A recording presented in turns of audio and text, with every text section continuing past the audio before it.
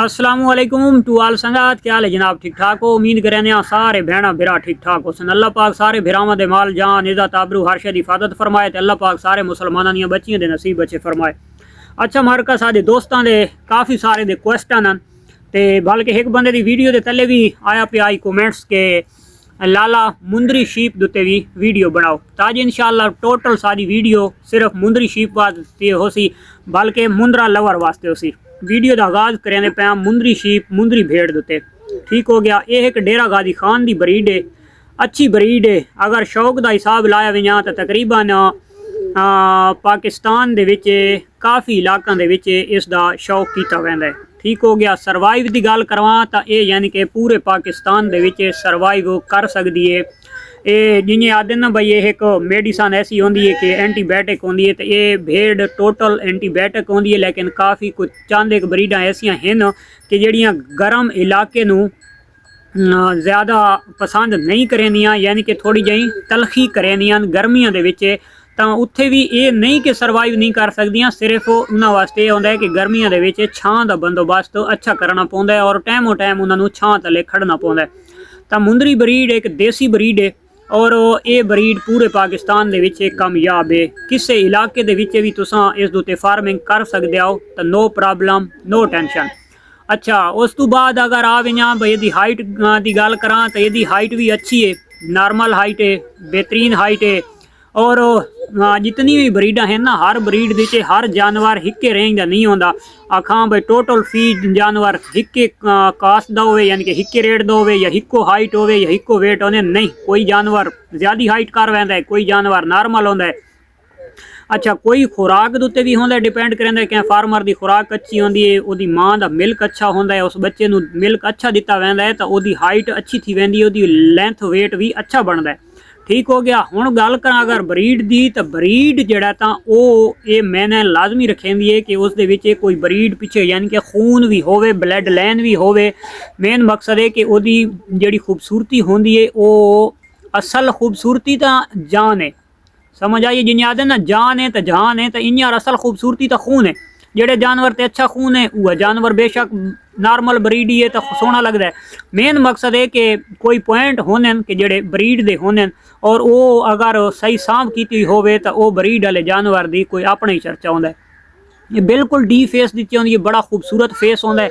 Main मकसद है कि फार्मिंग लेवल नूं करा पूरे पाकिस्तान दी कर सकते हैं। अगर शौक लेवल दे आवां तो क्योंकि जेड़े पौधा जेड़े इलाके दे विच उगदा है या काश्त थींदा है ना तो उस इलाके वाला नूं ज़्यादा उस दे बारे नॉलेज होंदा है और उस चीज़ नूं वो ज़्यादा तरीके दे नाल यानी कि खूबसूरत रख सकते हैं ठीक है। उस पौधे की यानी कि कटाई, उस पौधे की खुराक, उस पौधे दा जेड़ा उन्हें पानी चाहिए होंदा उस इलाके का पानी, तो वो हुण गल होंदी है शौक दे उत्ते। फार्मिंग ते शौक दे विच काफ़ी सारा फर्क है। शौक बई शै है, फार्मिंग बई शै है। जियां मैं उस दिहाड़े एक वीडियो के जिक्र किया भाई रमज़ानी बचड़ा तो हो पिया पर मोदा बचड़ा बई शै है, तो इन्हें यार एक शौक अलहदा चीज़ है, फार्मिंग अलहदा चीज़ है। फार्मिंग मुंदरी की तुसां हर इलाके की कर सकते हो। हुण खास कर जेड़े न्यू साडे दोस्त भिरा होंदे ना तो वो मैनू भी व्हाट्सएप ते वीडियो करें कि लाला ये किस क्वालिटी का जानवर है और कितनी रेंज तक होना चाहिए, तो वो असल दिठी पे होंदे उन्हां दी कटिंग ठीक हो गया। क्योंकि डेरा गाजी खान दे विच एक भेड़ की कटिंग है, भेड़ की कटिंग के उत्ते ही बहुत सारा मुनसर है। हुण थल दे वहने उत्थे थली शीप की जिहड़ी कटिंग हो सी वो जी कटिंग असां ना कर सकते। फार्मां दे उत्ते मशीन चली चल मेरा भाई सफाया। अच्छा ये भेड़ दे विच बहुत सारियां खूबसूरतियां उहदी कटिंग दे उत्ते यानी कि मुअसर होंदा है। वो सिर्फ नॉर्मल जानवर नूं भी वो उन्हां दी अपनी कैरागरी होंदी है कटिंग दे उत्ते कि वो नॉर्मल जानवर की भी अच्छी प्राइस हासिल कर गेंदे ठीक हो गया। फार्मर जिहड़ा होंदा है वो वेट की प्राइस हासिल करेंदा है ठीक हो गया। फार्मर तो फार्मर जिहड़ा होंदा है तो वो फार्मर को फार्मर जिस टाइम चीज़ परचेज करेंदा है तो वो वत ब्रीड का पैसा भरेंदा है। हालांकि ब्रीड भावें डेरा गाजी खान की होवे कामयाब थिया खलोता होवे लाले मूसे या पिंडी दे विच तो उत्थों जिहड़ा बंदा उहदे कोल घिनसी तो वो उसनूं अच्छा पैसा वो अच्छी इन्वेस्टमेंट करके ते फार्म दा अगू आगाज़ करेंदा है ठीक हो गया। क्योंकि ਜਿਹੜੀ ਕਟਿੰਗ ਤੇ ਵੱਧ ਉਤੇ ਮਹਿੰਦੀਆਂ ਤੇ ਵੱਧ ਉਹਨਾਂ ਦੀ ਵਾਲੰਗ ਦੀ ਯਾਨੀ ਕਿ ਉਹ ਜਿਹੜਾ ਸਵਾਰਨ ਵਾਲਾ ਸਿਸਟਮ ਹੈ ਉਹ ਸਿਰਫ ਡੇਰਾ ਗਾਜ਼ੀ ਖਾਨ ਦਾ ਲੋਕ ਕਰ ਸਕਦੇ ਅਸਾਂ ਨਾ ਕਰ ਸਕਦੇ ਠੀਕ ਹੋ ਗਿਆ। ਦੂਸਰੇ ਨੰਬਰ ਦੇ ਉੱਤੇ ਅਸਾਂ ਜਨਾਬ ਲੱਤਾਂ ਕੋਲ ਸ਼ੁਰੂ ਕਟਿੰਗ ਕਰਾਂਦੇ ਆ ਉਹਨਾਂ ਉਹ ਆ ਕੇ ਗੋਦਾਂ ਦੇ ਉੱਤੇ ਕਟਿੰਗ ਛੋੜ ਦਿੰਦੇ ਉਹਨਾਂ ਨੂੰ ਠੀਕ ਹੈ ਨਾ। ਤਾਂ ਉਹ ਇੱਕ ਖੂਬਸੂਰਤੀ ਬਣਾਉਂਦੇ ਨੇ ਕਿਉਂਕਿ ਉੱਥੋਂ ਦੀ ਬਰੀਡ ਹੈ ਉਹ ਉਹਨਾਂ ਦੀ ਜਿਹੜੀ ਸਮਝ ਇੱਕ ਸਖਾਵਤ ਹੈ ਉਸ ਨੂੰ ਉਸ ਰੰਗ ਨਾਲ ਰੱਖਣ ਦੀ ਉਹਨੂੰ ਮਹਿੰਦੀਆਂ ਲਾਵਣ ਦੀ ਇਹਨੂੰ ਸ਼ੌਕ ਦੇ ਪੁਆਇੰਟ ਆਖੇ ਵੈਨ ਨੇ ਠੀਕ ਹੋ ਗਿਆ। ਤੇ ਹੋਰ ਅਗਰ ਦੋਸਤ ਸਾਡੇ ਆਖਣ ਦੀ ਅਸਾਂ ਇਹਦੇ फार्मिंग तुसां बेशक बेधड़क होके ते इस दे फार्मिंग कर सकते हो पूरे पाकिस्तान दे कामयाब है। मिल्क की गल करा तो ये अपने बच्चे पालन तक ये तले इतना मिल्क है अपने बच्चे ये आसानी पाल सकती है। अगर इस दे विच बिल्कुल अगर ये जमा क्वालिटी वाले पासे विसां यानी कि कीमती तो कीमती बरीड तो विसां तो उस दे बच्चे नूं शायद कि जिवें कजले दे बच्चे नूं अजाफी मिल्क देवना पौंदा है तो उन्हें यार मुंदरे दे विच भी देवना पोसी ठीक हो गया। अच्छा उस तो बाद ग्रोथ की गल करा तो पूरे पाकिस्तान दे जिहदा बच्चा अच्छी ग्रोथ कर वैंदा है डाइट खुराक अच्छी होवे तां। बीमारियां दे विच गल करा तो बीमारियां जिवें दूसरी ब्रीड दे उत्ते दूसरियां शीप दे उत्ते कम हैं तो इन्हें यार उस दुते भी कम हैं। खुराक दुते गल करा तो खुराक इन्हां दी टोटल सेम है हर पाकिस्तान के हर इलाके दे चराई दे विच भी हर लिहाज नाल मुंदरी शीप अच्छी है ठीक है। एक चीज़ वाले पासों मुंदरी शीप सारियां भेड़ां नूं भी क्रास मार वैंदी है अगर कन्ना वाले पासे आवे जां क्योंकि जिहड़ा सच होवे या हक होवे तो उसनूं बयान करना चाहिए है। अगर कन्ना वाले पासे आवे जां तो सारे कन्ना नूं यानी कि कां भी खराब कर सकता है चढ़दी जा ते जख्म भी हो सकता है। आज कोई ऐसा मसला बना नहीं हो सकता है होंदे भी हैं और काफ़ी अमवात ऐसी डिठी भी हिस्से तो मुंदरी दे विच ये परेशानी कोई नहीं होंदी। सानू फेस की शौक है तो मुंदरी दे विच फेस भी अवेलेबल है। हाइट की शौक है हाइट भी अच्छी है। लेंथ की शौक है लेंथ भी अच्छी है।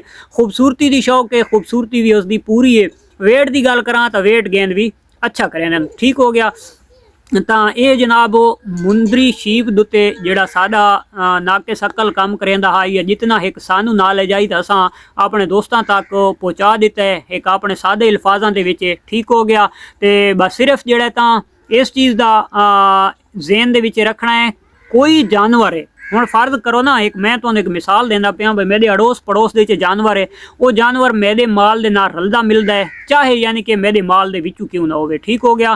तो साडे काफ़ी सारे दोस्त आते हैं यार ये चीज़ है तो बेमियारी यानी कि बेमियारी का मकसद होता है कि जानवर बेमियारा नहीं होंदा ओदी प्राइस बेमियारी होंदी है यानी कि ओदी अगर मार्केट रेट है 30,000 रुपया तो परले दी फाइनल रेट है 35,000 रुपया या 34-33,000 रुपया 3,000 के पिछू एक फार्मर वो जानवर छोड़ देंदा है ठीक हो गया। तो साडा ये अपने दोस्तों मैसेज है तो ये साडा मशवरा एक ये है कि सलाह तुहाडी करेंदे पिया इसलाह जिहनूं आखदे कि अगर मेरा जानवर दे नाल बै दा जानवर रलदा है तो भावें उहदी मार्केट रेट 30,000 रुपये 35 फाइनल करेंदा पिया तो मैं उसनूं 5,000 नूं ना देखा मैं जानवर नूं देखा क्यों कि एक तो मेरे जितना 8-9 साल थी गए 10 साल इन्हां दे उत्ते मैं फोकस करेंदा आना इस चीज़ नूं मैं घेन के टुरदा आना इहदी मैं ब्रीड बनांदा आना मादियां रखेंदा आना मेल सेल करेंदा आना तो वो यानी कि इतना अरसे की स्ट्रगल करन दे बावजूद वो मेरे जानवरां नाल मिलदा जुलदा है तो मैनू उसका हाजिर कीमत हाजिर वेट हाजिर लेंथ होती नहीं देखनी चाहिए।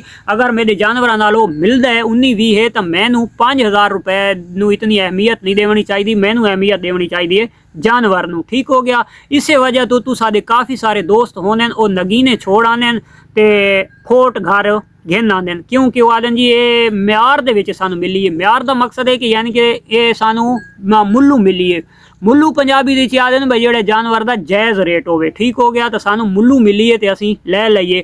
हल के दूसरा जानवर है उस दे नाल क्वालिटी दी सोना अगों वो ब्रीड भी महंगी विकनी है वो तुहाडे घर दे लगना भी सोहना है वो खूबसूरतियाँ भी ज़्यादा हैं तो सिर्फ 2-4 हज़ार के पिछू कदम वास्ते जानवर महंगे नहीं होंदे ठीक हो गया।